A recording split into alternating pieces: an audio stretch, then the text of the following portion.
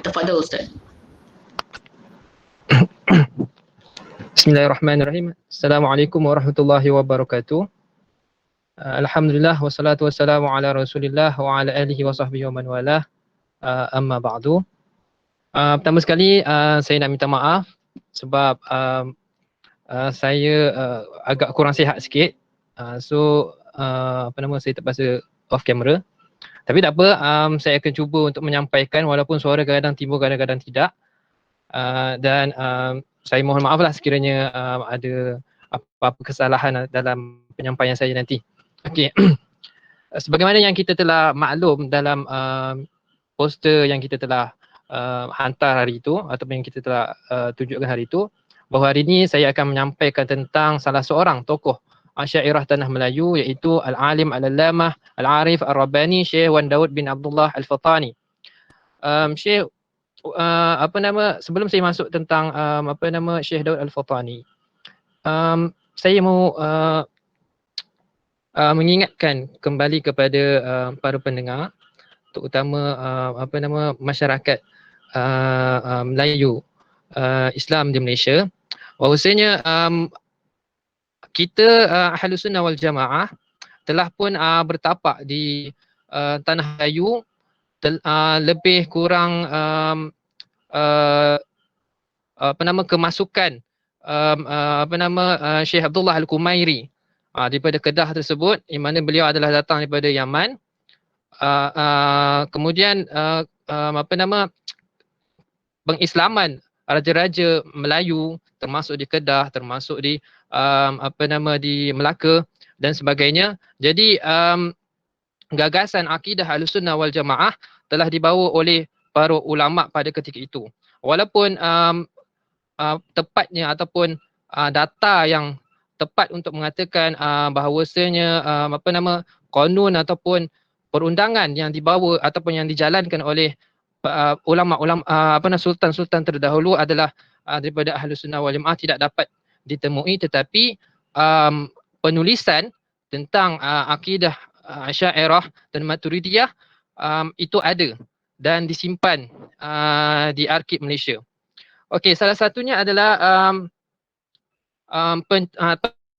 penterjemahan daripada syarah daripada Ummul Barahin, iaitu dikarang oleh Al-Qadhi Muhammad bin Ahmad Al-Qadahi.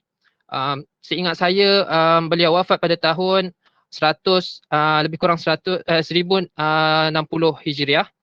Dan begitu juga kemudian baru adanya Syekh Ar-Raniri, Nuruddin Ar-Raniri, iaitu menterjemah salah satu matan yang masyhur dalam akidah Maturidiyah, iaitu An-Nasafiyah.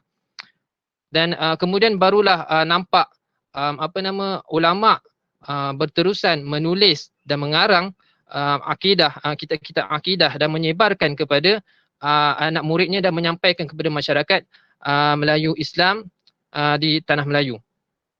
Jadi kenapa saya gelarkan Syekh Daud Al-Fattani ini sebagai penulis terunggul Asia Tenggara? Kerana beliau ini mempunyai lebih kurang 60 hingga 70 buah karya yang tersebar di Tanah Melayu, dan begitu juga di Indonesia, Fattani, dan begitu juga ada di Filipina dan sebagainya.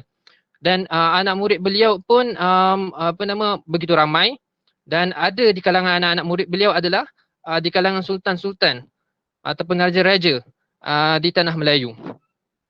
Baik, seterusnya saya akan ceritakan tentang fokus perbicaraan kita pada hari ini. So tadi adalah mukadimah. Yang pertama saya akan ceritakan sedikit tentang latar belakang Syekh Daud Al-Fattani. Kemudian yang kedua saya akan ceritakan tentang pendidikan yang dilalui oleh Syekh Daud bin Abdullah Al-Fattani. Dan yang ketiga tentang sumbangan yang beliau telah berikan. Jadi sumbangan ni saya lebih menumpukan kepada dua lah, iaitu delegasi murid dan karya penulisan Syekh Daud dan metodologi dalam menulis kitab akidah terutamanya lah. Jadi saya fokuskan kepada akidah Asy'ariyah dan Ahlus Sunnah wal Jamaah. Jadi seterusnya kita akan masuk tentang latar belakang Syekh Daud bin Abdullah Al-Fatani. So saya tak akan baca nasab ni dan sampai kepada seterusnya.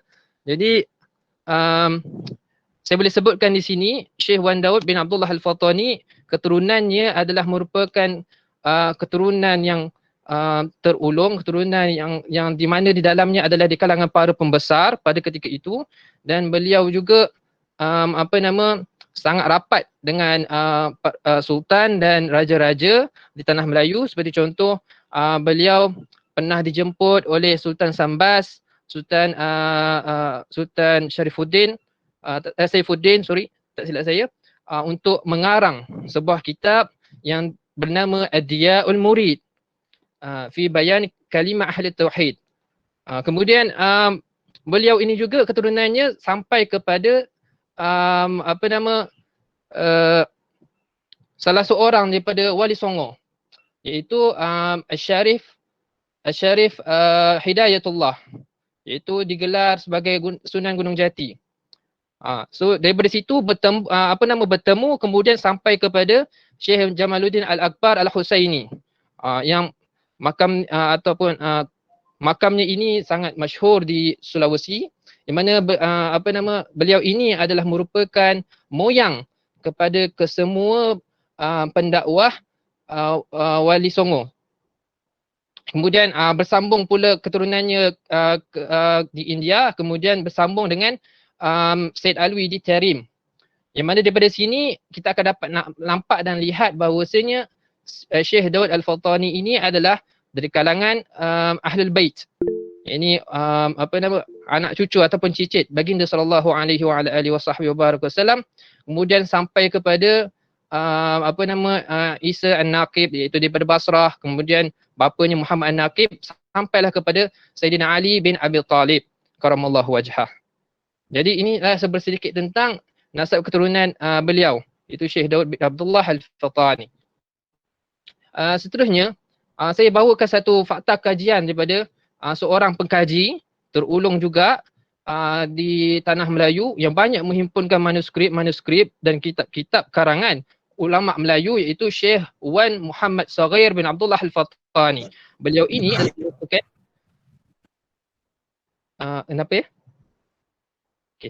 beliau ini adalah merupakan cucu kepada Syekh Wan Ahmad Zain bin Mustafa Al-Fatani. Okey. Beliau mengatakan ibu Syekh Daud Al-Fatani ini bertembung nasabnya dengan ayah beliau. Seperti yang tadi yang saya tunjukkan tadi, iaitu Faqih Ali Datuk Maharaja Lela bin Mustafa Datuk Jambu. Yang mana daripada keturunan ini, daripada pertemuan ini sebenarnya Faqih Ali ini mempunyai adik-beradik yang mana mempunyai kekerabatan dengan pembesar di Kelantan pada ketika itu. Kemudian datuk beliau itu, Datuk Mustafa, adalah merupakan Raja Champah ataupun pada sekarang dipanggil Cambodia, ataupun pada zaman tersebut dipanggil Kampusia. Jadi beliau mendapat gelaran Sultan Abdul Hamid. Dan dia juga mempunyai saudara yang bernama Datuk Jamaluddin yang memerintah Pangkalan Datu Kelantan. So daripada situ sebenarnya Syekh Daud Al-Fatani pun mempunyai pertalian persaudaraan dengan pemerintah Kelantan pada ketika itu. Dan seperti yang saya sebutkan sebelum ni, beliau juga mempunyai pertalian juga dengan Syarif Hidayatullah, iaitu Sunan Gunung Jati, yang mana ayah kepada Sunan Gunung Jati ini mempunyai 3 orang anak. Salah seorangnya adalah moyang kepada Syekh Daud Al-Fatani. Kemudian kemudian Syarif Hidayatullah, iaitu Sunan Gunung Jati. Kemudian Sultan Babullah, yang mana beliau ini merupakan Sultan Ternate. Seterusnya, saya teruskan dengan tarikh kelahiran. Kenapa tarikh kelahiran Syekh Daud bin Abdullah Al-Fatani ini mempunyai 3 tarikh yang berbeza? Pertama, kerana pengkaji melihat bahawasanya tidak ada tarikh yang muktamad yang ditulis sama ada oleh beliau sendiri ataupun oleh anak murid beliau sendiri ataupun oleh keturunan beliau sendiri secara tepat. So mereka hanya mendapati maklumat tarikh ini dengan dari mulut ke mulut dan daripada melihat karya-karya selesainya beliau menulis sebuah karya, beliau akan menulis tarikh selesainya tersebut, dan beliau daripada situ pekaji membuat andaian tentang tarikh beliau hidup. So yang paling terbaru yang didapatkan oleh Syekh Wan Muhammad Syekh Wan Muhammad Saghir Al-Fatani, iaitu beliau mendengar sendiri daripada Tuan Guru Haji Abdul Hamid bin Abdul Qadir As-Sanawi daripada Teluk Manuk, yang mana beliau ini merupakan berketurunan Wan Hussein yang mempunyai saudara kandung Datuk Syekh Daud Al-Fatani, iaitu Syekh Daud bin Abdullah bin Idris Al-Fatani. So dia mengatakan bahawasanya Syekh Daud Al-Fatani lahir pada tahun 1131 Hijrah. Manakala yang lain tu adalah daripada dapatan Syekh Wan Muhammad Saghir Al-Fatani tadi. Kemudian beliau dilahirkan di sebuah kampung yang bernama Kerisik, yang mana kampung ini adalah terletak di tepi pantai Fatani. Jadi seterusnya saya ringkaskan kepada kewafatan beliau, iaitu beliau wafat pun ada dua tarikh yang berbeza. Tarikh yang pertama tadi 1265 Hijrah adalah daripada dapatan Syekh Wan Muhammad Saghir. Manakala tarikh yang kedua 1297 Hijrah adalah dapatan yang didapat daripada Tuan Guru Haji Abdul Hamid bin Abdul Qadir As-Sanawi. Yang mana beliau sendiri mencatat tarikh Syekh Daud Al-Fatani ini meninggal dan siapakah pada waktu ketika beliau meninggal itu yang memerintah. Jadi yang memerintah pada ketika itu adalah Sultan Syarif Muhammad Arsyad Al-Abbasi. Dan beliau Syekh Daud Al-Fatani meninggal dunia ketika umur 166 tahun. Dan beliau ini digelar orang yang panjang umur. Begitu juga dengan sahabat karib beliau sendiri, iaitu Syekh Muhammad Arsyad bin Abdullah Al-Banjari, pengarang kitab fiqh yang terkenal, iaitu Sabil Muhtadin. Jadi seterusnya beliau dimakamkan di kota Taif, dan kuburnya berada bersampingan dengan kubur Sayyidina Abdullah bin Abbas. So di background belakang tu adalah merupakan tapak kubur Sayyidina Abdullah bin Abbas. Tapi dalam catatan Syekh Wan Muhammad Saghir tidak menyatakan di manakah adakah terletak bersisi ataupun bersebelah betul dengan Sayyidina Abdullah bin Abbas, ataupun terletak di sebelah atasnya ataupun di belakangnya, tidak diketahui. Tetapi yang tercatatnya masyhurnya adalah beliau dimakamkan bersebelahan dengan dengan Sayyidina Abdullah bin Abbas radhiyallahu anhuma. Seterusnya saya teruskan kepada pendidikan. Jadi beliau ini dididik oleh dua orang guru utamanya sewaktu kecil, iaitu ayahnya sendiri, iaitu Syekh Wan Abdullah bin Wan Idris Al-Fatani. Begitu juga dididik oleh nendanya ataupun atuknya sendiri, Syekh Wan Idris bin Tok Wan Abu Bakar Al-Fatani di Kerisik. Dan beliau ini sewaktu belajar di Fatani adalah merupakan salah seorang pelajar yang pintar di Fatani pada waktu itu, dan telah menghafal pelbagai matan-matan ilmu. Jadi kemudian di Fatani juga beliau belajar kepada Syekh Abdul Rahman bin Abdul Mubin bin Jailani Al-Fatani di Pauhbuk. Yang mana dalam catatan Syekh Wan Muhammad Saghir mengatakan Syekh Abdul Samad Al-Falbani pernah belajar dengan beliau, dan ini pun dicatat, yang mana ayah kepada Syekh Abdul Samad, iaitu Syekh Abdul Jalil Al-Madani, menghantar anaknya belajar di Fatani. Iaitu berkemungkinan Syekh Abdul Samad ini pernah belajar dengan Syekh Abdul Rahman bin Abdul Mubin Al-Fatani. Kemudian seterusnya semasa di Mekah Al-Mukarramah, Syekh Daud Al-Fatani sempat belajar dengan Said Sulaiman bin Yahya bin Umar Maqbul Al-Ahdal, iaitu belajar kitab Al-Jurumiyah yang masyhur dalam ilmu nahwu dan syarahnya. Begitu juga dengan matan Azhariyah dalam ilmu nahwu juga dan syarahnya.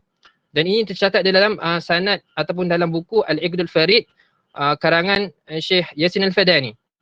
Kemudian dikatakan juga Syekh Daud Al-Fatani pernah belajar di Aceh selama 2 tahun. Dan begitu juga Syekh Abdul Samad Al-Falbani pun pernah belajar di Aceh selama 2 tahun, iaitu dengan Syekh Muhammad Zain bin Faqih Jalaluddin Al-Ashi, pengarang kepada kitab Bidayatul Hidayah, iaitu syarah kepada matan Sanusiyah ataupun Ummul Barahin. Kemudian dicatatkan bahawasanya Syekh Daud Al-Fatani ini belajar di Mekah selama 30 tahun dan di Madinah selama 5 tahun.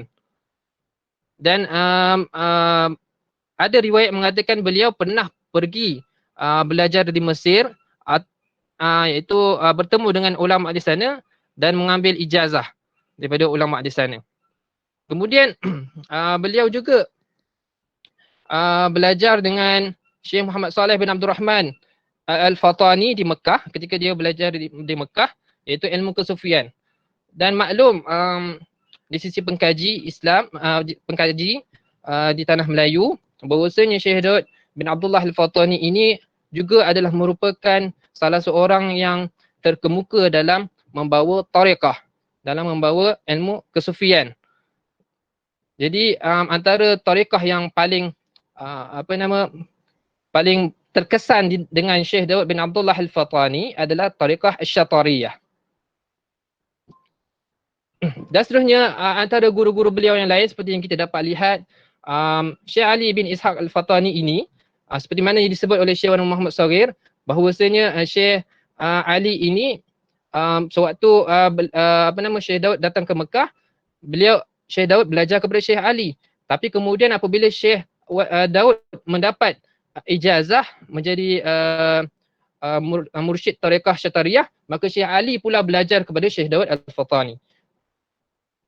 Kemudian beliau belajar kepada Syekh Muhammad bin Abdul Karim As-Saman Al-Madani bersama dengan 3 sahabat beliau yang tadi, Syekh Arsyad Al-Bajjari dan Syekh Abdul Samad Al-Falimbani. Kemudian daripada Syekh Muhammad As'ad inilah beliau mendapat khusus tariqah Asy-Syatariyah, di mana Syekh Muhammad As'ad ini adalah merupakan cicit kepada ulama guru ulama Melayu, iaitu Syekh Mula Ibrahim bin Hasan Al-Qurani Al-Kurdi.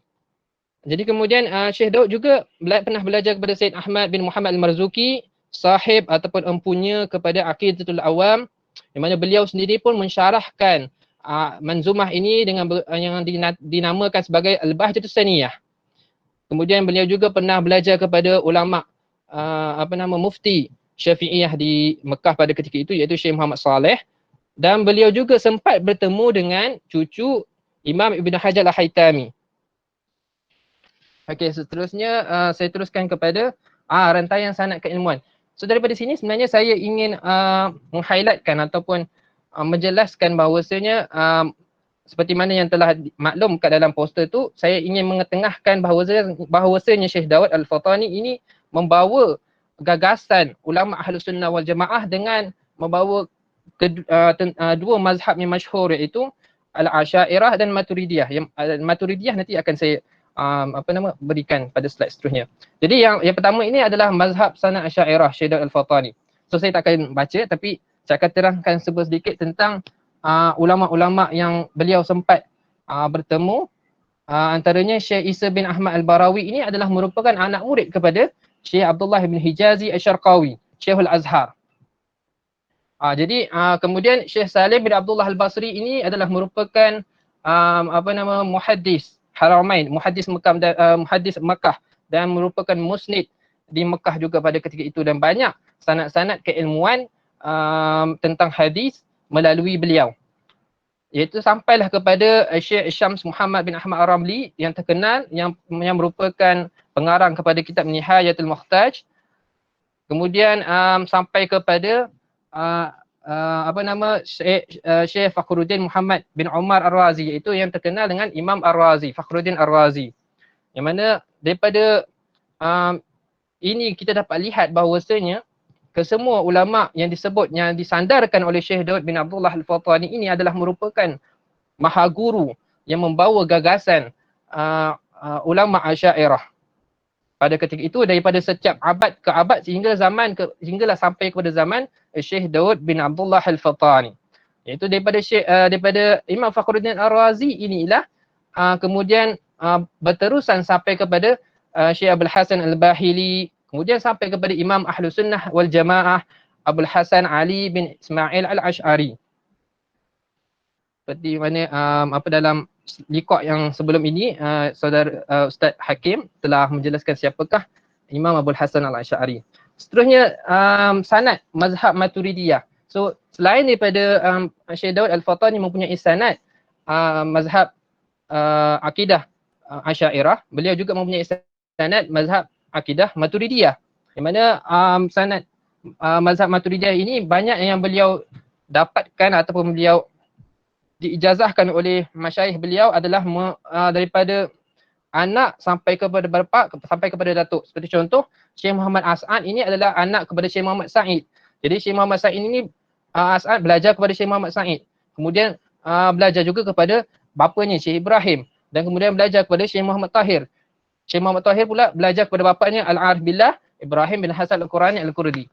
Begitulah juga seterusnya pada Syekh Najmuddin Umar bin Hussein An-Nasafi, iaitu beliau belajar kepada bapanya. Beliau belajar kepada saudara, pakcik saudaranya. Kemudian pakcik saudaranya belajar kepada bapanya, kemudian belajar kepada bapanya sampailah kepada Al-Imam Abdul Mansur Muhammad bin Mahmud Al-Maturidi Al-Hanafi. Jadi seterusnya yang ketiga, seperti mana yang saya sebutkan tadi, apakah sumbangan Syekh Daud bin Abdullah Al-Fatani. Jadi kalau saya kira sumbangan Syekh Daud bin Abdullah Al-Fatani ini banyak. Kalau nak disebutkan delegasi muridnya tu pun ramai. Dan banyak di kalangan murid-muridnya adalah merupakan ulama-ulama terulung. Mempunyai jawatan yang besar. Bahkan ada di kalangan sultan dan raja-raja di tanah Melayu. Yang mana mereka ini mendapat didikan daripada Syekh Daud bin Abdullah Al-Fatani. Jadi yang pertama, saya akan ambil beberapa orang. Saya akan ceritakan tentang latar belakang anak murid tersebut. Okey, yang pertama adalah Syekh Abdul Halim Kelantan. So, Syekh Abdul Halim ni adalah merupakan anak saudagar Cina yang diserahkan kepada Long Yunus. Itu salah seorang pembesar Kelantan pada ketika itu. Begitu juga kemudian beliau ini dihantar oleh Long Yunus ini belajar kepada Syekh Daud Al-Fatani. Setelah dia belajar kepada Syekh Daud Al-Fatani, beliau dilantik oleh penasihat sultan, dilantik oleh sultan untuk menjadi penasihat sultan sejurus pulang daripada Mekah. Dan antara kelebihan Syekh Abdul Halim Al-Kelantani ini, beliau mengajar masyarakat hanya menggunakan hafalan di kepalanya sahaja. Maknanya segala kitab yang dia belajar ketika di Mekah itu, iaitu di hadapan Syekh Daud Al-Fatani, dihafal kemudian diajar kepada masyarakat. Kerana pada waktu itu di tanah Melayu kurangnya ataupun tak ada lagi kilang memproses kertas untuk disalin untuk dicetak. Hanya menyampaikan ilmu berdasarkan ingatan sahaja. Kemudian diteruskan kepada Syekh Ali dan Syekh Wan Hasan, iaitu anak kepada Syekh Ishaq Al-Fatani. Jadi Syekh Ali dan Syekh Hasan ini adalah merupakan salah seorang daripada keluarga Syekh Muhammad Saleh Al-Fatani, iaitu guru awal Syekh Daud Al-Fatani ketika di Fatani.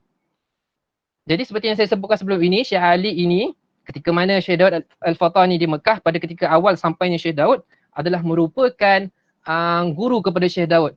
Tetapi apabila Syekh Daud Al-Fatani telah mantap dari segi keilmuannya, bahkan menjadi Syekh Tariqah, maka beliau mengambil bai'ah Tariqah Syatariyah kepada Syekh Daud bin Abdullah Al-Fatani. Manakala Syekh Hasan, iaitu saudara kandungnya itu, memusatkan dakwahnya di Besut dan meninggalkan karya bertulis seperti Hidayatul Mukhtar dan Ayyuhal Walad.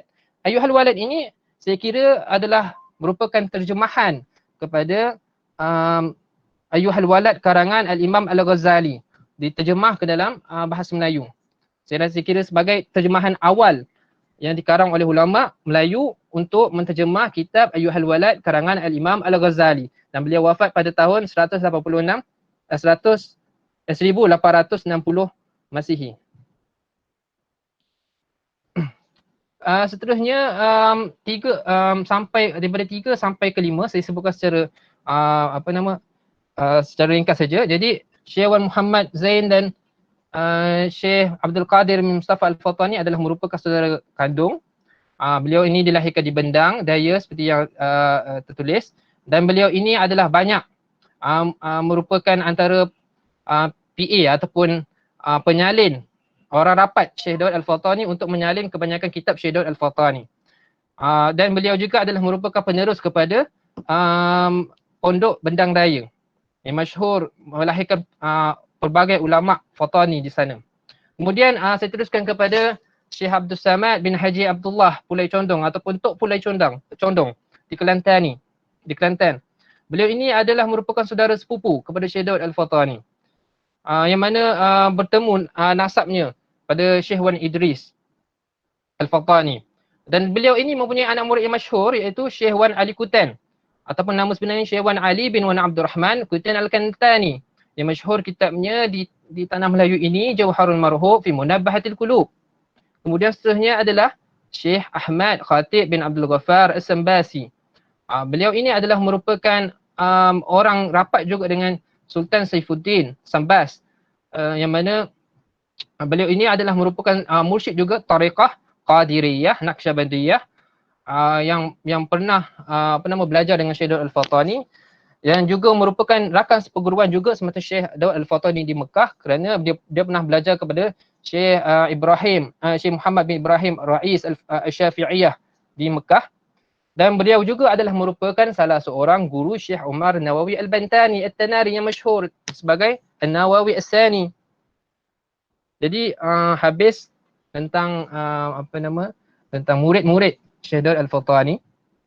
Jadi seterusnya saya teruskan kepada karya dan metodologi penulisan Syekh Daud bin Abdullah Al-Fatani. Jadi Syekh Daud bin Abdullah Al-Fatani ini mempunyai saya highlightkan kepada bidang akidah, iaitu bertepatan dengan topik dan tajuk yang saya ingin sampaikan. Jadi kitab pertama dalam akidah yang dikarang oleh Syekh Daud Al-Fatani ini adalah Ad-Durus Samin fi Bayani Aqaidil Mu'minin, atau terjemahannya adalah permata yang mahal ataupun berharga. Beliau selesai mengarang kitab ini pada waktu zuhur seperti mana yang tercatat pada 17 Syawal 1232 Hijrah di Mekah. Dan metodologi ataupun isi kandungan yang disyarahkan oleh Syekh Daud bin Abdullah Al-Fatani ini yang mana asasnya beliau ambil daripada kitab Ummul Barahin, iaitu karangan Syekh As-Sanusi, Muhammad bin Yusuf As-Sanusi, serta didatangkan Nazam Jauharatul Tauhid karangan Syekh Ibrahim Al-Laqani. Dan dalam setiap perbahasan tersebut beliau selitkan dengan kitab Hasyiah Syekh Suhaimi ala Syarh Ummul Barahin, mana dalam kitab Ad-Durus Samin ini beliau Syekh Daud Al-Fatani saya kira mensyarahkan akidah Asy'ariyah pada peringkat pertengahan, yakni banyak beliau datangkan pendapat ulama lain dalam membahaskan sesuatu isu ataupun masalah, sehingga kemudian beliau datangkan pendapat yang terkuat dalam mazhab Asy'ariyah dan disudahi dengan inilah ulasan daripada beliau. Kemudian antara rujukan lain yang disebut oleh Syekh Daud Al-Fatani dalam kitab ini adalah Al-Aqaid An-Nasafiyah, dan begitu karangan Imam An-Nasafi, iaitu daripada blok ataupun daripada mazhab Maturidiyah. Begitu juga beliau juga mengambil syarah kepada Aqaid An-Nasafiyah, iaitu karangan Al-Imam At-Taftazani rahimahullah. Dan beliau juga ada menukilkan kalam ataupun perbahasan daripada Syekh Muhammad bin Yusuf As-Sanusi, seperti yang saya sebutkan tadi, iaitu Syarah Al-Kubra dan Syarah Al-Wusta. Seterusnya pada kitab ini yang menariknya, beliau juga menceritakan beberapa hikayat, menceritakan beberapa cerita yang mana dijadikan sebagai satu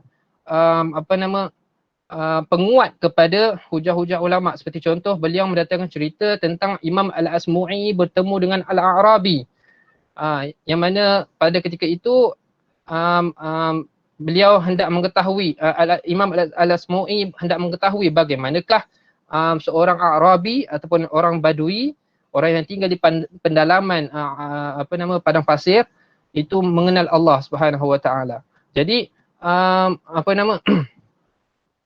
beliau datangkan cerita tersebut menunjukkan bahawasanya orang awam di kalangan badui tersebut pun apabila dia menerima satu dalil daripada Al-Quran maupun hadis, maka dia pegang, kemudian dia dia mati dalam keadaan dia berpegang pada Al-Quran dan hadis yang disampaikan oleh Imam Al-Asmu'i tersebut, walaupun tidak dia menghatamkan sesuatu kitab, tapi dia menjadikan itu pegangan pegangan hidup pegangan hidupnya di dalam memahami akidah, maka beliau mati dalam husnul khatimah, dan mana yang mentajhizkan ataupun yang menyempurnakan jenazah beliau itu sendiri adalah pada ketika itu Khalifah Harun Ar-Rashid. Seterusnya Syekh Daud bin Abdullah Al-Fatani juga membawa kisah tentang bagaimanakah Imam Abu Hanifah berdebat dengan Ad-Dahri, iaitu salah seorang etis ataupun golongan mulhid. Yang mana cerita ini pun panjang diceritakan oleh Syekh Daud Al-Fatani sehingga habis, yang mana ianya adalah merupakan salah satu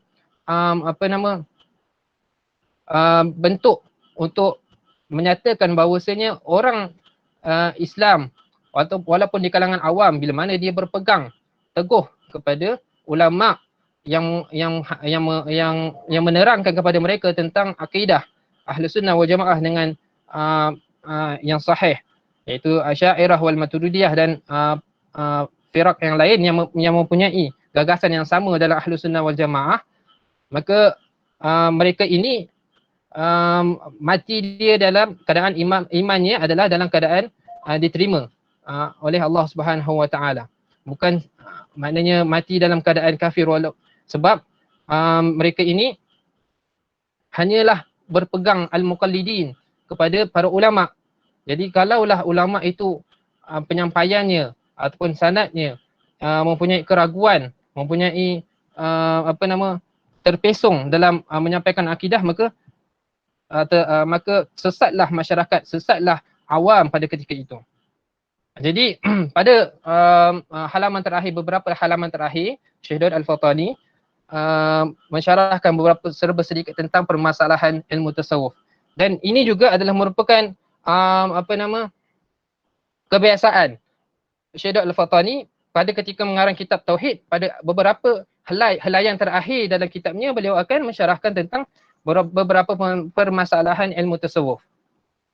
Seterusnya, kitab yang kedua adalah Al-Iqdul Jawahir, ataupun diterjemahkan Rantaian Permata, yang mana kitab ini merupakan terjemahan perkata. Terjemahan perkata maknanya setiap lafaz ataupun setiap perkataan itu diterjemah oleh Syekh Daud Al-Fatani ke dalam bahasa Melayu dengan mengikut rima bahasa Melayu,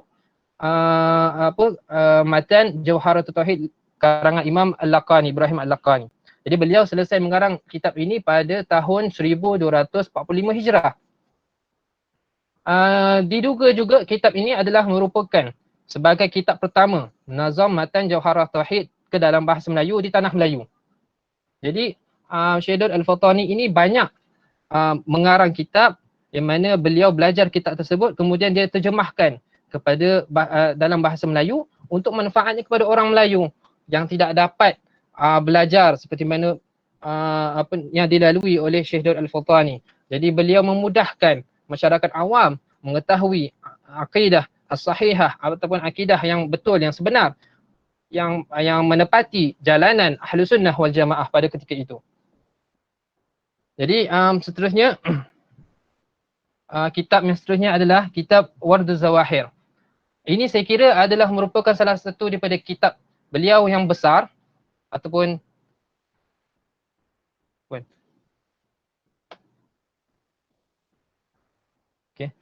kitab beliau yang besar dalam perbahasan ilmu usuluddin. Ini juga diperakui oleh Syekh Wan Muhammad Saghir Al-Fatani dalam penulisan beliau tentang Syekh Daud Al-Fatani, di mana Syekh Daud Al-Fatani mengarang kitab ini lebih kurang 300 ke 400 helai muka surat, di mana merupakan salah satu kitab usuluddin yang tebal pada ketika itu. Yang mana saya kira kitab ini juga ulasan dan perbahasan yang diulas oleh Syekh Daud bin Abdullah Al-Fatani dalam ilmu usuluddin juga luas di dalam kitab ini. Tidak seperti kitab yang yang dikarang oleh Syekh Nuruddin Arwaniri, ya, iaitu merupakan terjemahan sahaja, yang terjemahan kepada matan Aqaid An-Nasafiyah. Jadi beliau Syekh Daud Al-Fatani selesai mengarang kitab ini pada hari Selasa 19 Rejab pada tahun 1245 Hijrah. Dan seperti yang saya sebut sebelum ini, kitab ini adalah merupakan kitab terlengkap di alam Melayu, mengatasi kitab-kitab sebelumnya dan selepasnya. Dan kemudian penggunaan bahasa. So dalam kitab-kitab yang terdahulu seperti Ad-Durrus Samin dan Al-Iqdul Jawahir, Syekh Daud Al-Fatani hanya menakalkan perbahasan ulama yang mana bersangkutan dengan masalah-masalah yang dibawa oleh Syekh Daud Al-Fatani. Akan tetapi dalam kitab ini beliau bukan setakat menukilkan, bahkan beliau menulis penceritaan dengan kaedah ataupun gaya sastra hikayat Melayu. Seperti contoh dalam kitab ini Syekh Daud Al-Fatani menceritakan tentang kisah Sayyidina Maryam dalam menggunakan sastra Melayu. Adanya arakian, adanya syahdan, adanya ukapan-ukapan yang cantik, yang mana bila mana kita membaca hikayat seperti Sulalatus Salatin ataupun Bustan Salatin karangan Syekh Nuruddin An-Nadiri, pada menceritakan penghikayat, bukan menceritakan tentang tarikh ataupun ketepatan waktu pada penceritaan tersebut. Jadi seterusnya Syekh Daud Al-Fatani mengakhiri kitab ini dengan nukilan wasiat dan nasihat daripada Hujjatul Islam pada beberapa halaman terakhir. Begitu juga Syekh Daud bin Abdullah Al-Fatani dalam kebanyakan kitab beliau banyak juga mengambil nasihat daripada Said Ahmad Zarruq Al-Fasi. Said Ahmad Zarruq Al-Fasi, yang mana beliau juga mengambil ulasan daripada Syekh Zarruq, Said Zarruq Al-Fasi dalam kitab beliau seperti dalam Adiya'ul Murid, fi Bayani Kalimat Ahli Tauhid dan sebagainya. Dan seperti mana yang saya beritahu sebelum ini, bahawasanya Syekh Daud Al-Fatani ini juga adalah merupakan salah seorang mursyid Khalifah Syatariyah, dan beliau juga mengarang beberapa kitab tentang ilmu tasawuf. Yang mana pembawaan Ahlus Sunnah wal Jamaah pada ketika itu menghimpunkan ketiga-tiga ilmu tersebut sehingga menjadi panduan kepada masyarakat Melayu untuk memahami Islam, iman dan ihsan. Yang mana pada kitab beliau yang lain seperti Hidayatul Muta'allim fi Umdatul Muallim, beliau menghimpunkan ketiga-tiga perbahasan ilmu tersebut, iaitu Islam, iman dan ihsan. Yang mana pada Islam itu beliau mengarangnya dengan tuntas, dengan menjelaskan tentang sifat 20, iaitu berlandaskan akidah Asy'ariyah dan wal Maturidiyah. Kemudian seterusnya beliau menghimpunkan dalam Islam itu empat rubuk dalam Islam, iaitu al-ibadah, kemudian al-munakahat, kemudian jinayat dan muamalah. So dalam kitab tersebut ada keempat-empat rubuk tersebut. Kemudian pada beberapa helaian terakhir beliau menghimpunkan nasihat-nasihat yang diambil daripada beberapa ulama sufi yang besar seperti Imam Junaid Al-Baghdadi, Imam Abu Bakar Al-Shibli, kemudian juga ada dia nakalkan daripada Said Abdullah bin Alwi Al-Haddad dan sebagainya. Dan kitab tersebut saya kira lengkap dan memenuhi masyarakat awam Melayu pada ketika itu. Okey, seterusnya ini adalah contoh kitab yang saya sebutkan tadi. ada setengahnya dicetak, ada setengahnya masih lagi dalam manuskrip, dan ada setengahnya dicetak dengan pencetakan lama. Jadi yang paling kiri sekali adalah Ad-Durrus Samin, kemudian seterusnya Al-Iqdul Al-Jawahir, kemudian sebelahnya Al-Wardul Zawahir. Mana Al-Wardul Zawahir ni adalah merupakan syarah kepada Al-Iqdul Jawahir. Jadi seterusnya ini adalah rujukan saya dalam menceritakan, dalam menghuraikan tentang Syekh Daud, ketokohan Syekh Daud bin Abdullah Al-Fattani serta sumbangan beliau dan karangan beliau di tanah Melayu, yang mana dari segi sanad itu tadi saya merujuk kepada kitab Syekh Musnid bin Muhammad Yasin bin Muhammad Isa Al-Fadani, Al-Iqdul Farid. Kemudian saya rujuk kepada kitab Al-Muslim Muhammad Mahfuz, Syekh Muhammad Mahfuz bin Abdullah Termasi. Kemudian saya rujuk juga kepada kitab yang terpenting yang saya jadikan sumber premier, iaitu karangan Syekh Wan Muhammad Shogir bin Abdullah Al-Fattani, yang mana beliau ini memang banyak mengarang makalah ataupun dan juga banyak juga dijemput memenuhi seminar-seminar tentang pengenalan ulama Melayu pada awal tahun 90-an sehingga tahun 2000, di mana banyak para akademik menjemput beliau untuk menerangkan, untuk membahaskan tentang sumbangan ulama di tanah Melayu. Jadi yang nombor 3 tu adalah tentang Syekh Daud bin Abdullah Al-Fattani. Kemudian yang kedua adalah Syekh Abdul Samad Al-Falimbangi. Kemudian yang seterusnya saya rujuk kepada kitab Pegangan Sejati Ahlus Sunnah wal Jamaah, karangan Ustaz Wan Muhammad Zaidi bin Abdullah. Jadi sekian saja daripada saya. Terima kasih di atas kesudian tuan-tuan dan puan-puan mendengar pembentangan ringkas daripada saya. So kalau ada apa-apa soalan boleh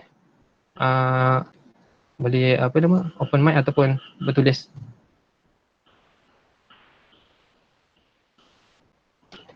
Baiklah, syukran Ustaz di atas pembentangan yang amat menarik tadi. Jadi disebabkan kita masih ada dalam 1 jam lagi sebelum sesi pembentangan malam ini habis, jadi kami membuka ruang pada para penonton jika mempunyai beberapa soalan berkaitan tajuk kita pada malam ini. Boleh open mic ataupun boleh tulis di ruangan chat box.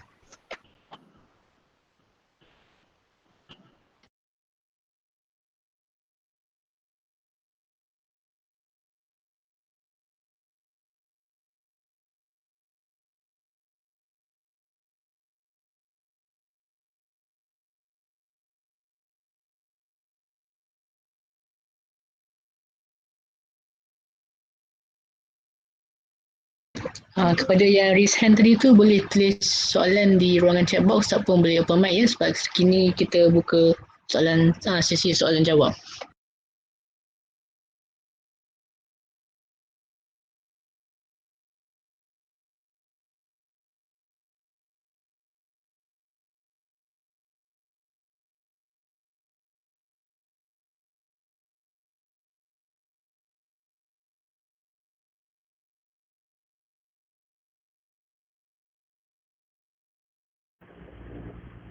Assalamualaikum Ustaz. Pembentang. Saya ada dapat soalan daripada TV sebelum ini. Tentang adakah Syekh Muhammad Daud Al-Fattani ini antara faktornya menguasai hampir 80 bidang ilmu ataupun ulama tu ulama lain. Itu antara yang soalan yang saya dapat. Adakah dimaksudkan ulama yang menguasai lebih 80 bidang itu Syekh Muhammad Daud Al-Fattani ataupun ulama lain yang bernama lebih kurang nama Daud tu? Mungkin ada fakta yang Ustaz boleh sampaikan. Terima kasih. Okey, terima kasih. Jadi kaitan dengan penguasaan ilmu Syekh Daud bin Abdullah Al-Fattani, sebagaimana yang saya baca daripada penulisan Syekh Wan Muhammad Shogir, yang menguasai pelbagai bidang ilmu. Contohnya seperti sebelum ini yang saya ingat ataupun yang memang tercatat, dan beliau sendiri memang mengarang kitab tentang ilmu kimia ataupun kitab tentang at-tib, perubatan, dan falak dan seterusnya, iaitu Syekh Wan Ahmad bin Muhammad Zain bin Mustafa Al-Fatani, iaitu datuk kepada Syekh Wan Muhammad Saghir. Jadi Syekh Wan Daud Al-Fatani, seperti mana yang disebut oleh Syekh Wan Muhammad Saghir, dia menguasai pelbagai bidang ilmu, tetapi tentang ilmu perubatan ataupun ilmu kimia ataupun ilmu-ilmu yang berkaitan dengan sains tidak tercatat lagi di dalam karya-karya beliau. Jadi tumpuan beliau adalah pada ketika itu adalah sebagai muallim ataupun guru agama kepada umat Islam di tanah Melayu pada ketika itu.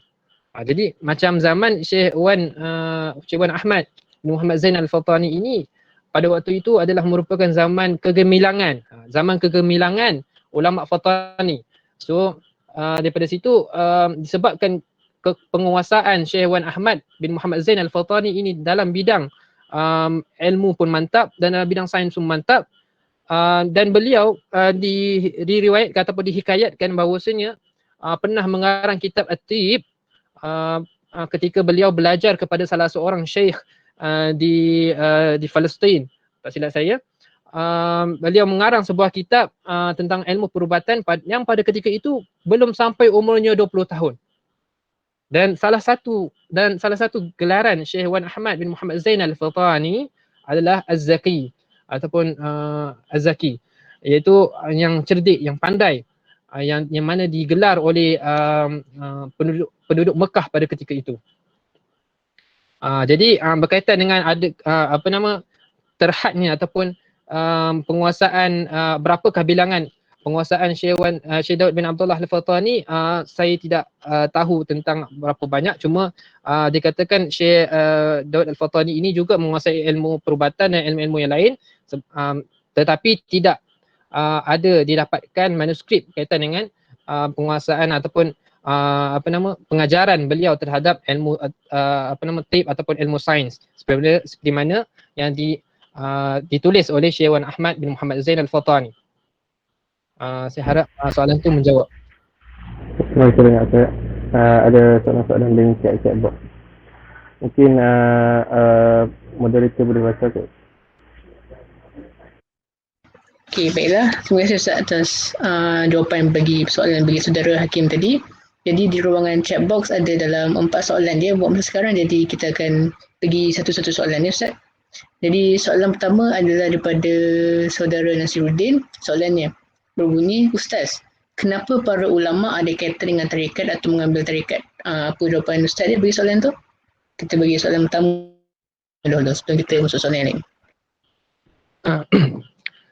Okey, berkaitan dengan ulama-ulama Melayu di tanah Melayu, didapati ataupun dalam kajian pengkaji mengatakan bahawasanya pengambilan ilmu tariqah ini telah dimulai pada zaman mula Ibrahim ataupun orang panggil Syekh Ibrahim bin Hasan Al-Madani Al-Qurani, iaitu merupakan muallim ataupun pengajar yang di Mekah pada ketika itu, yang mana beliau ini adalah merupakan murid kepada seorang muhaddis Madinah yang masyhur, yang sufi, yang mana beliau ini mempunyai tariqah juga, iaitu Said Ahmad bin Muhammad Al-Kushashi Al-Madani. Jadi daripada guru ini, Imam Ibrahim Al-Qurani mengambil tariqah dan kemudian mengajar anak muridnya tariqah, yang mana kebanyakan anak murid Syekh Ibrahim Al-Laqani ini adalah daripada tanah Melayu. So daripada situlah mulanya perkembangan ilmu tariqah.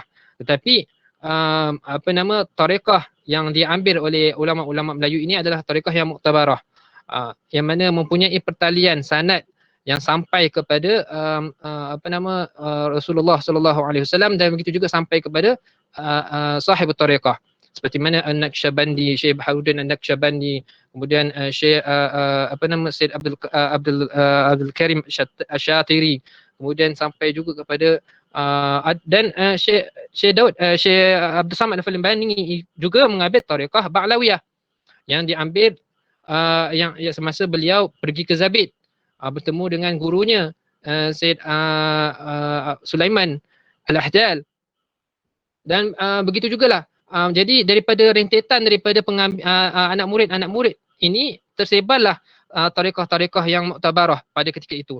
Dan sebagai satu tambahan, Tok Pulau Manis ataupun Syekh Abdul Malik itu adalah merupakan orang yang sempat berjumpa dengan Syekh Ibrahim Al-Qurani. So daripada situ jugalah penyebaran tariqah di di Terengganu dan sampai sampai kepada tanah Melayu juga adalah melalui beliau juga.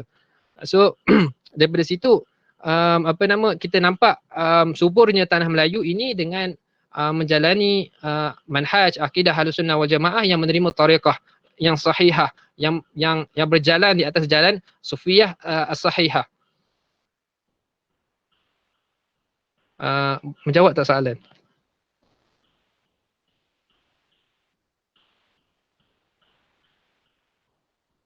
Okey, soalan seterusnya tentang Baiklah, syukur atas jawapan tadi. Soalan kedua pula daripada saudara Nur Azam Khair. Soalannya, benarkah dakwaan yang mendakwa Asy'ariyah yang dibawa ke tanah Melayu bukan Asy'ariyah yang dibawa oleh kibar Asy'ariyah yang lain semisal Al-Razi, Al-Ghazali atau Imam Haramain?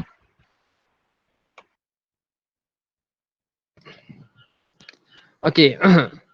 Berkaitan dengan dakwaan mengatakan Asy'ariyah yang dibawa ke tanah Melayu ini tidak melalui ataupun tidak tidak disebut ataupun tidak disandarkan kepada Al-Imam Al-Ghazali, Imam Ar-Razi, Imam Al-Haramain, kita dapat lihat dalam karangan Syekh Daud Al-Fattani sendiri. Yang mana Syekh Daud Al-Fattani ini banyak menukilkan ketiga-tiga imam yang saya sebutkan tadi. Antaranya Imam Al-Haramain beliau nukilkan dalam kitab Ad-Durrus Samin. Begitu juga dalam kitab Al-Warduz Zawahir.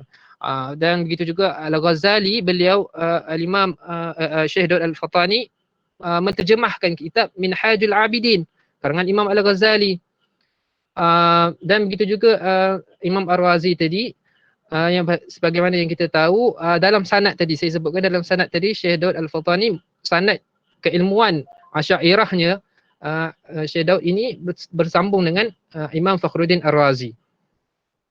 Jadi mungkin perbahasan yang mendalam, ini mungkin perbahasan tentang aqwal ulama Asy'ariyah ataupun tentang ikhtilaf ikhtilaf firaq muslimin tidak dibahaskan secara detail oleh Syekh Daud Al-Fattani kerana mungkin saja ijtihad beliau pada ketika itu ingin menyampaikan ilmu yang mana memadai oleh orang awam beriman dan mengiktikadkan dengan iktikad yang sahih, kemudian diamalkan, diterapkan dalam kehidupan masyarakat Melayu pada ketika itu. Jadi walaupun dia tidak menyebut secara tasrih, secara jelas tentang perbahasan-perbahasan yang dibawa oleh ketiga-tiga imam tersebut, tapi cukuplah dia menukilkan kalam mereka yang mana beliau mendapati bahawasanya perlu orang Melayu, orang awam Melayu pada ketika itu perlu memahami akidah Ahlussunnah wal Jamaah dengan cara yang mudah. Jadi itu sajalah jawapan daripada saya. Okey, baiklah. Syukur Ustaz. Bagi soalan ketiga pada malam ini pula daripada saudara Faizal Daus. Soalannya adalah, bagaimanakah pembawaan Syekh Daud Al-Fattani ataupun intipati kitab beliau dalam menangani fahaman-fahaman bercanggah sehingga dikatakan sukar bagi puak-puak sesat dahulu untuk menapak di tanah Melayu Nusantara? Pembawaan Syekh Daud Al-Fattani.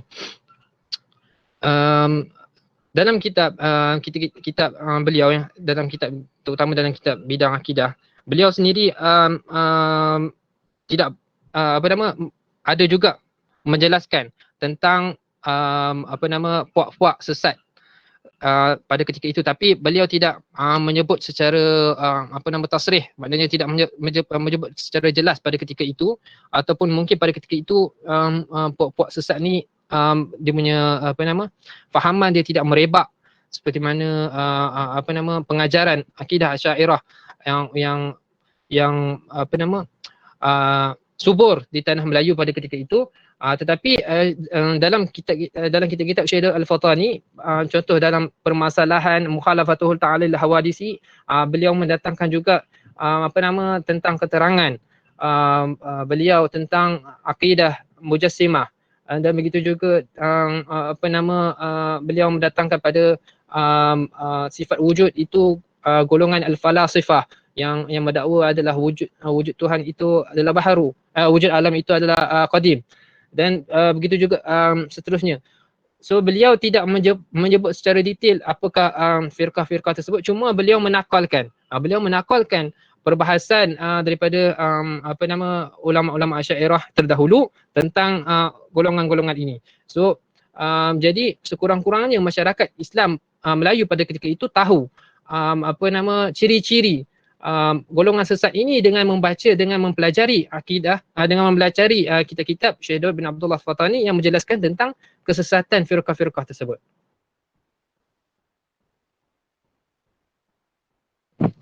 Okey, baiklah. Syukran Ustaz. Ini adalah soalan ke-40 juga daripada saudara Nur Azam Khair.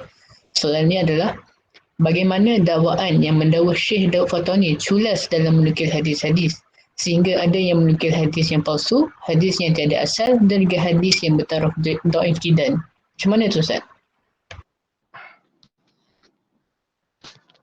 Berkaitan dengan hadis, berkaitan dengan Syekh Daud Al-Fatani dalam ilmu hadis, sebagaimana Syekh Wan Muhammad Saghir Al-Fatani dalam buku beliau tentang Syekh Daud Al-Fatani, beliau mendatangkan pandangan Syekh Daud Al-Fatani tentang ilmu hadis, yang mana ini juga adalah merupakan kebanyakan pandangan ulama Melayu di tanah Melayu, seperti mana Syekh Abdul Samad Al-Falimbani dan Syekh Syekh Rashad Al-Banjari. Tetapi ada sesetengah kitab yang dikarang oleh Syekh Daud Al-Fatani, beliau menyebut siapakah perawi ni. Sebagai contoh, diriwayatkan oleh Imam Abu Daud, diriwayatkan oleh Imam At-Tirmizi, diriwayatkan oleh Imam Muslim. Akan tetapi ada sesetengah karangan beliau ini beliau tidak menyebutkan sanad. Beliau terus menyebutkan hadis ataupun disebut sebagai hadis muallaq. Terus sampai maknanya terus dikatakan sabda Nabi SAW. Itu adalah merupakan mungkin merupakan ijtihad beliau, yang mana beliau ini mengarang kitab ini adalah bukan untuk mengkaji hadis ataupun bukan untuk penyampainya mengetahui ilmu hadis tersebut, kerana kitab itu nipis, maknanya untuk senang orang faham. Ini menyerahkan urusan tersebut kepada Syekh Daud Al-Fatani. Ini Syekh Daud Al-Fatani tahu bahawasanya daripada manakah, daripada kitab manakah yang diambil oleh Syekh Daud Al-Fatani. Dan sebenarnya ini boleh juga dilihat dalam kitab Ad-Durrus Samin, yang mana ada sesetengah hadis beliau Syekh Daud Al-Fatani sebutkan siapakah perawinya dan siapakah imam yang mengeluarkan hadis tersebut. Dan ada sesetengah hadis beliau tidak menyebutkan siapakah perawinya. Jadi pada waktu itu juga, ataupun dalam dapatan saya mendapati ulama-ulama Melayu pada ketika itu tidak memberatkan orang Melayu untuk mempelajari sinaatul hadis ataupun mengetahui susul galur tentang ilmu hadis, sehingga adanya kitab hadis yang mustakil, yang maknanya yang terperinci tentang ambilan-ambilan perawi-perawi yang diriwayatkan oleh Syekh Daud Al-Fatani. Jadi manhaj ini juga merupakan manhaj Al-Imam Al-Ghazali dalam mengarang kitab Ihya Ulumuddin. Dan sebagaimana yang kita tahu, kitab Al-Ihya Ulumuddin ini ditakhrij oleh Al-Imam Al-Iraqi, kemudian ditakhrij oleh Imam As-Subki, kemudian ditakhrij oleh Imam Al-Qasim Ibn Qutlub Bulgha, kemudian ditakhrij oleh Imam Al-Hafiz Az-Zabidi dan seterusnya. Dan ini memerlukan kepada orang yang berkemahiran untuk mengeluarkan ataupun membaca, menyelidiki balik kitab-kitab Syekh Al-Fatani untuk mengeluarkan balik, mentakhrijkan balik hadis-hadis tersebut supaya ianya memberi manfaat kepada generasi sekarang.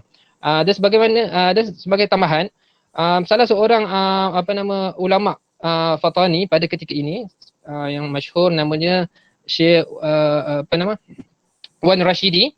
Beliau ini banyak berkhidmat kepada karangan ulama Fatani.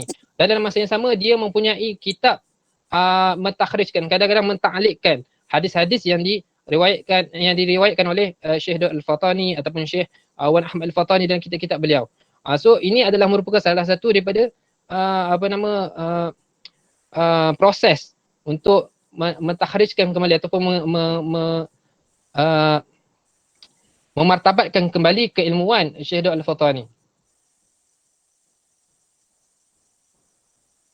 Baiklah, syukur Ustaz atas jawapan soalan tadi.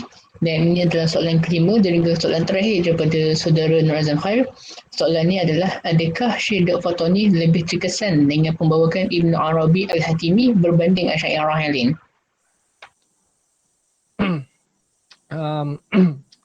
Sebagaimana yang saya baca kitab Syekh Al-Fatani, beliau ini ada mempunyai kitab yang mustakil ataupun kitab yang khusus terperinci tentang menjelaskan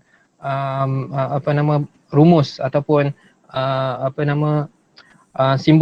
simbolik perkataan sufiyah, iaitu kitab Al-Manhal As-Safi fi bayan rumuz ahli sufi, yang mana beliau pada dalam itu ada menjelaskan tentang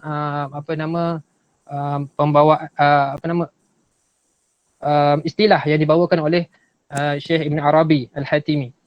Tapi dalam kebanyakan kitab-kitab beliau, terutamanya ilmu tauhid dan ilmu sufiyah, beliau lebih cenderung kepada membawa ulama-ulama yang tidak terpalit dengan kontroversi. Itu contoh Imam Al-Junaid Al-Baghdadi, Imam Abu Bakar Al-Shibli, kemudian Syed Ahmad Zarruq Al-Fasi, kemudian Imam Al-Ghazali. Dan Imam Al-Ghazali ini sangat rapat kepada tulisan Imam Al-Ghazali ini sangat rapat dengan Syekh Al-Fatani, sehingga Syekh Al-Fatani pernah menulis kitab Bidayatul Hidayah, tulisan tangan Syekh Al-Fatani, yang mana merujuk kepada manuskrip Imam Al-Ghazali. Jadi adakah Syekh Al-Fatani ini secara jelasnya membawa pembawaan Ibn Arabi Al-Hatimi? Ada mungkin boleh dikatakan tidak banyak, sebab dia lebih terperinci atau lebih terkedepan dalam ilmu usuluddin dan ilmu fiqh. Manakala dalam kitab tasawufnya yang banyak cuma dipis saja. Tidak banyak seperti mana Syekh Abdul Somad Al-Falimbangi mengarang kitab Syiarus Salikin, menghimpunkan beberapa kitab-kitab ilmu tasawuf yang ada berperingkat daripada kitab Mubtadi, kemudian Mutawassit, kemudian Al-Muntahi. Itu sajalah daripada saya. Okey, baiklah, syukur Ustaz. Ana bagi ruang bagi saudara Izzuddin kerana Ana lihat dia lama dah raise hand tu untuk tanya soalan. Jadi dipersilakan saudara Izzuddin. Assalamualaikum warahmatullahi. Ustaz, saya nak tanya berkenaan dengan kitab yang dikarang oleh Haji Tok Diskam, iaitu Syekh Haji Wan Abdul Qadir bin Wangah ataupun ma'ruf dengan Tok Diskam, iaitu kitabnya Irsyad Al-Jawiyin ila Sabilil Ulama Al-Amilin. Seingat saya kitab ni selesai ditulis pada tahun lebih kurang 1409 Hijriah, yang mana tujuan kitab ini dikarang untuk memberi nasihatlah kepada anak-anak muda tentang kelebihan ilmu usuluddin dan pesanan supaya jangan terkeliru dengan pengikut-pengikut Syekh Muhammad bin Abdul Wahhab An-Najdi. Jadi seingat saya pada zaman Tok D Skam ni zaman dia sebab imbi'ath dia mengarang kitab Risyak Jawi ini kerana pengaruh Salafiyah Wahabiyah sudah memulai masuk di tanah Melayu pada ketika itu dengan secara kita kata dengan secara apa? Dengan secara rawak.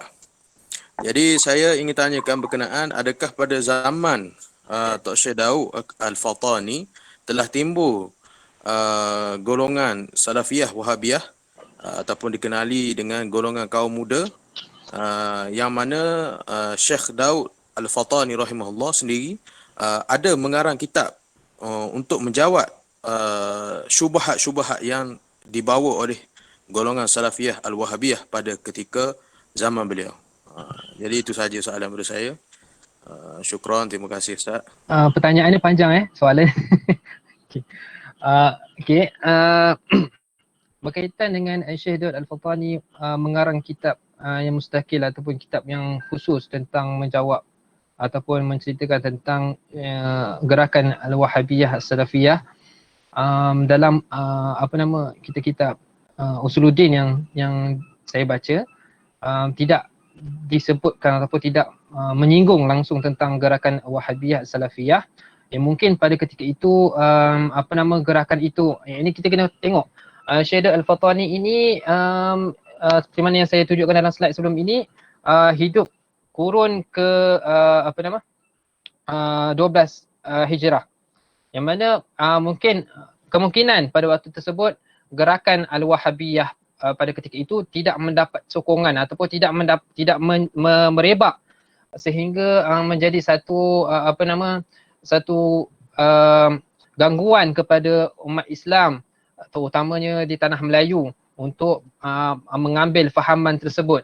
Jadi Syekh Daud Al-Fatani dalam kebanyakan karya beliau tidak membuat satu kitab ataupun tidak menerangkan di dalam kitab-kitabnya tentang gerakan Al-Wahabiyah ini. Cuma gerakan Al-Wahabiyah ini banyak disebut oleh ulama Fatani selepas beliau. Dan sehinggalah sampai kepada kemuncaknya iaitu di tanah Melayu itu sendiri, iaitu pertembungan antara golongan tua dan golongan muda tersebut. So daripada situlah. Jadi Ustaz, golongan kaum muda ni baru timbul dah. Maknanya zaman Tok Syekh Daud ni maknanya ada tapi macam tak berapa nak ada lah. Bahkan golongan muda ni sebenarnya timbul selepas zaman Tok Wan Kenali. Sebagaimana Syekh Ahmad Mahir, salah seorang ulama Kelantan yang pada waktu itu adalah merupakan antara ulama tokoh ulama muda. Ini golongan muda yang membawa fahaman orang kaum muda. So Syekh Ahmad Mahir ini dia hidup selepas ataupun dia pernah bertemu dengan Syekh Tok Kenali, tetapi dia tidak sempat mengajar masyarakat pada ketika itu untuk menyebarkan fahaman kaum muda ini. Sedangkan pada zaman Tok Kenali pada waktu itu tidak disebut ataupun tidak dinyatakan bahawasanya Syekh Yusuf Kenali melawan kaum muda. Tapi Syekh Wan Ahmad Al-Fatani menjelaskan bahawasanya gerakan Al-Wahabiyah ni memang sudah merebak di Haramain pada ketika itu. Cuma gerakannya itu di Malaysia tidak mendapat sambutan melainkan setelah adanya beberapa tokoh kaum muda seperti Syekh Jalaluddin Tahir. Yang mana Syekh Jalaluddin Tahir ini dulu sebelum dia mengambil fahaman kaum muda, dia belajar dengan Syekh Mukhtar Tariq Al-Bughuri, salah seorang guru ulama Jawi.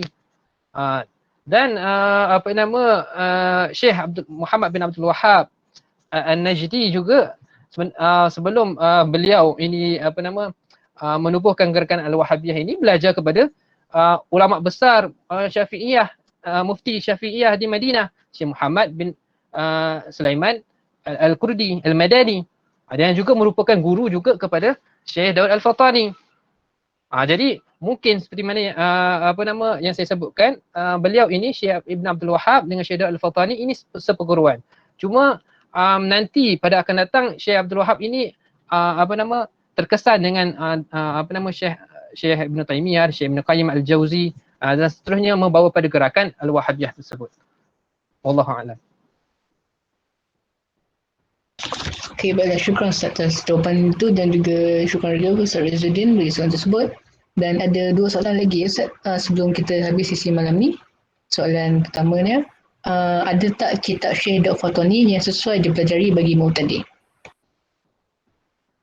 Kitab kitab yang macam mana tu? Kitab tauhid ataupun kitab fiqh ataupun kitab tasawuf? Tapi kalau kitab apa nama fiqh yang saya kira sesuai lah, maknanya pun dah banyak diajar oleh tuan-tuan guru di Malaysia ini yang masyhur seperti mana Munyatul Musalli, itu kitab yang menggabungkan tentang apa nama fiqh dan tasawuf. So kitab dia pun nipis dan mudah juga. Bahkan kitab tersebut apa nama pencetak mencetak 2 kitab lain Syekh Daud Al-Fatani seperti Al-Bahjatul Marudiyah tentang apa nama masbuk muwafiq dan masbuk tentang permasalahan masbuk muwafiq. Kemudian juga kitab tentang nasihat Syekh Daud Al-Fatani kepada pemerintah. So pada pada bahagian akhir Munyatul Musalli itu Syekh Daud ada mengarangkan tentang 2 kitab tersebut. Dan kitab Munyatul Musalli ni pun mudah. Ini dan banyak juga dibaca oleh tuan-tuan guru pondok di Malaysia ni. Manakala macam yang macam yang saya sebut tentang kitab Hidayatul Muta'allim fi Umdatul Muallim pun mudah, cuma dari segi ketebalannya itu memang tebal sebab beliau menggabungkan ketiga-tiga ilmu yang seperti saya sebutkan sebelum ni, ilmu tauhid, fiqh dan tasawuf. Dan perbahasan beliau juga agak detail dan ada kadang-kala dia detailkan, kadang-kala dia tidak detailkan. Untuk apa nama kitab Syekh Daud Al-Fatani yang mudah juga adalah seperti mana kitab Sulamul Mubtadi. Kitab Sulamul Mubtadi ini dicetak di sisi ataupun di kiri kitab Kifayatul Muhtadi, karangan cicit saudara kepada Syekh Daud Al-Fatani, iaitu Syekh Muhammad Nur bin Muhammad bin Ismail Daudi Al-Fatani. Jadi kitab tu memang membahas fiqh secara tuntas, ini secara lengkap dalam setiap rubu', maknanya setiap rubu' ibadat, muamalat, munakahat dan jinayat. Wallahu a'lam. Okey, baiklah. Syukran Ustaz. Dan ini adalah soalan terakhir yang saya rasa bagi malam ini. Soalan daripada saudara Muhammad Yusof. Soalannya berbunyi, Ustaz, ada tak di kalangan para ulama tanah Melayu yang ada kaitan secara langsung dengan tersebarnya ilmu Islam di Kepulauan Borneo, khususnya di Sabah dan Sarawak? Kaitan dengan ulama tanah Melayu yang mempunyai anak murid ataupun mempunyai yang sememangnya yang datang daripada Sabah dan Sarawak memang ada.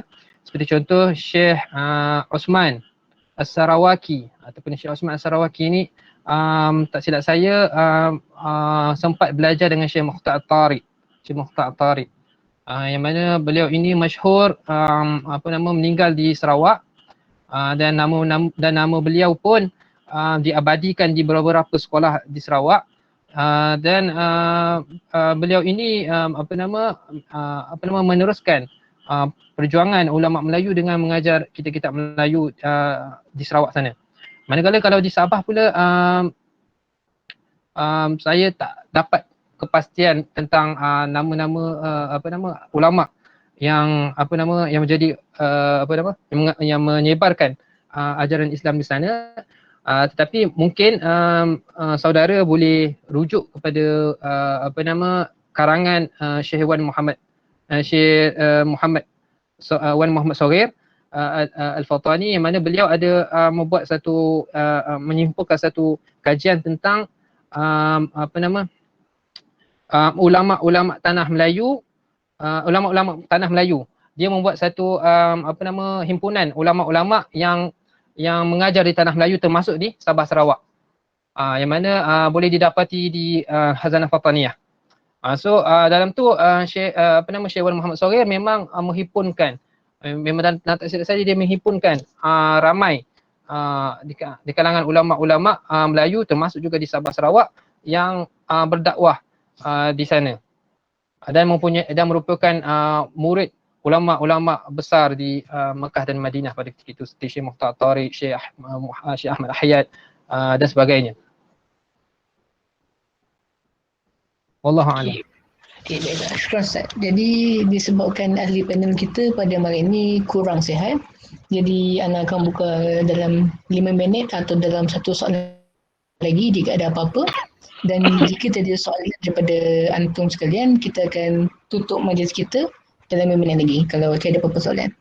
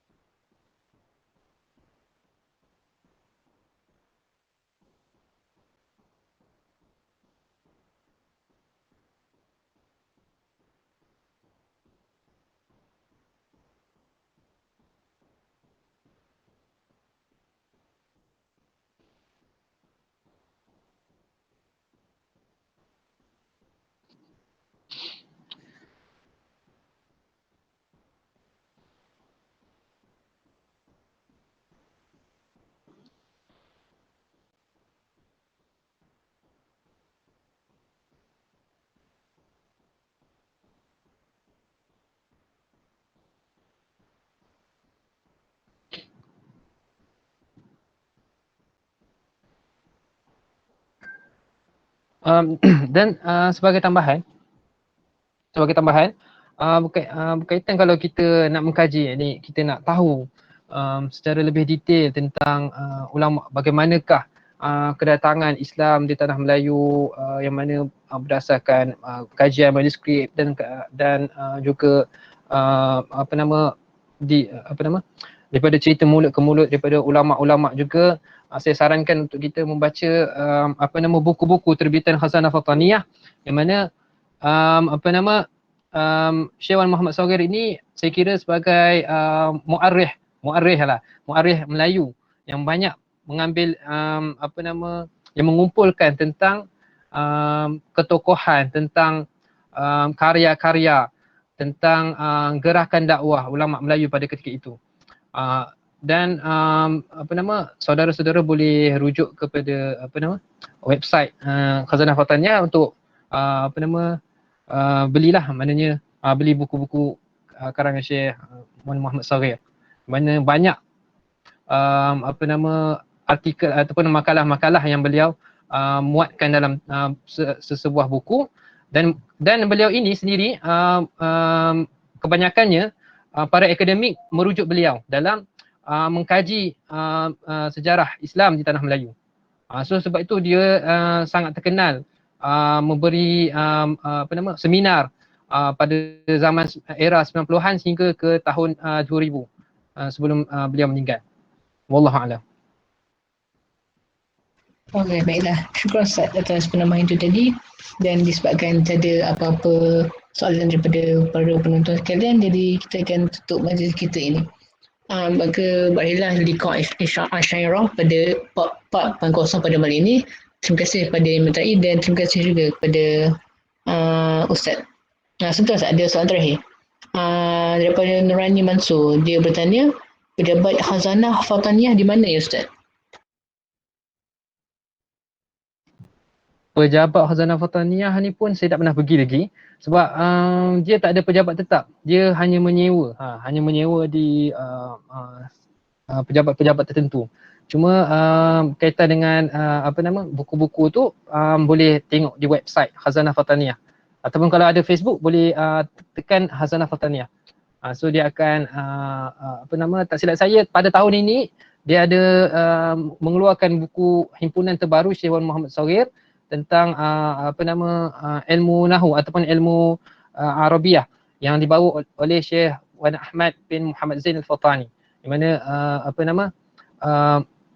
Khazanah Fataniyah telah menerbitkan satu makalah dan satu dan mencetak manuskrip tulisan tangan Syekh Wan Ahmad bin Muhammad Zain Al-Fatani.